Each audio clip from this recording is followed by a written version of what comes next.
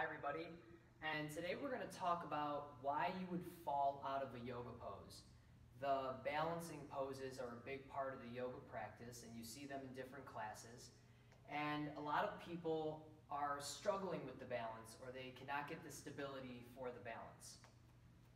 So we're going to go over 3 technique points that you can focus on in your practice. The first is obvious, which is your breath. That's a primary center of the yoga practice, and that is going to relax your body, that's going to relax your mind, and when you're in that state, you have a better ability to be present and to concentrate on what you're doing. So number 1, above all, is always focus on your breath. The second pain point is the groundedness in the feet. And a lot of people walk bow-legged, so they may be on the inside or outside edges of their feet.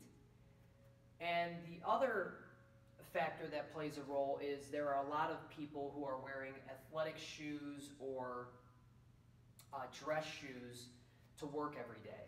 And a lot of times what that does is it scrunches the feet together so that you don't have that flat-footedness in the ground. So, for example, when you're doing a pose like eagle pose, you always want to work from the ground up. And what a lot of people do is they get a little bit rushy, a little bit excited about the pose, and they do not have the foot flat. And so the foot is not flat, and they're going right into the weight and the momentum of the pose. Without the base set, the weight and the momentum just kind of throws you out of the pose. So you always want to start from the ground up. Make sure that foot is planted, all 4 corners of the foot, and then work yourself up from the ground up. Never rush the pose. Get your technique down.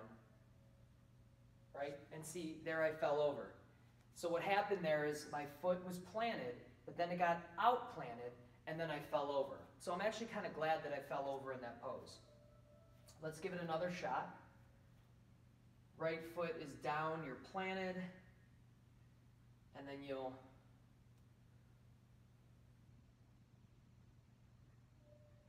work your way into your pose. All right. The last technique is what is called the Drishti Gaze, the meditative stare. And you want a relaxed face, you want your eyelids relaxed.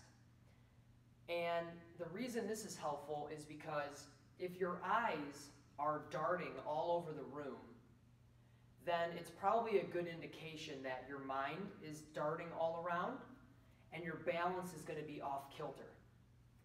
Right? So we need a bullseye to focus on in order to maintain our stability and our balance. So if I'm going into that eagle pose and my eyes are looking all around the room, then I'm probably going to fall out. Whereas if the foot is grounded, like we talked about, and then the eyes are focused on a gaze,